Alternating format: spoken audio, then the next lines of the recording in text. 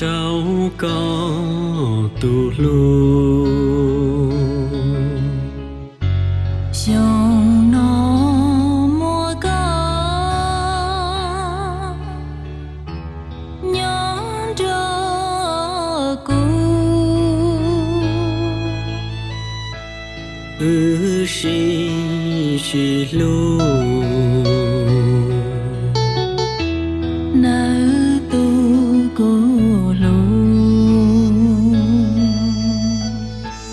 ý trong mua ý ra thua rau nhì lọ thọ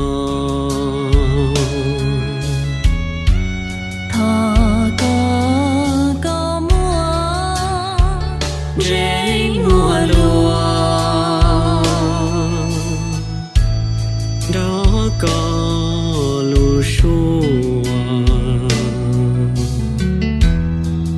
Dear, I love you, cô mê honey. cô yuan cho có nhau yuan lu lu có mu ta ý gì thiếu yuan chỉ thọ dẫu có mù ly Happy Valentine Trao tu cô lu Valentine giờ đau mô lo tu này có lu chỉ muốn nụ lo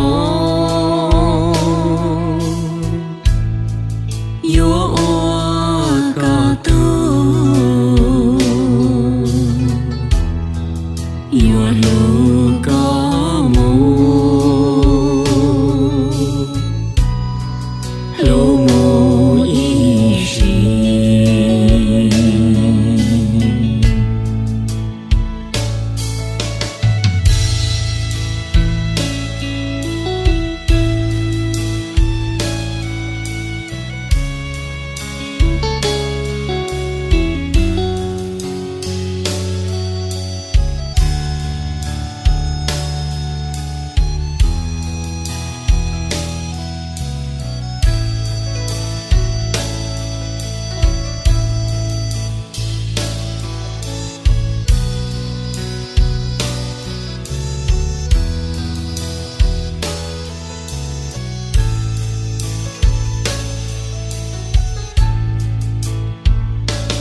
cô yuan cho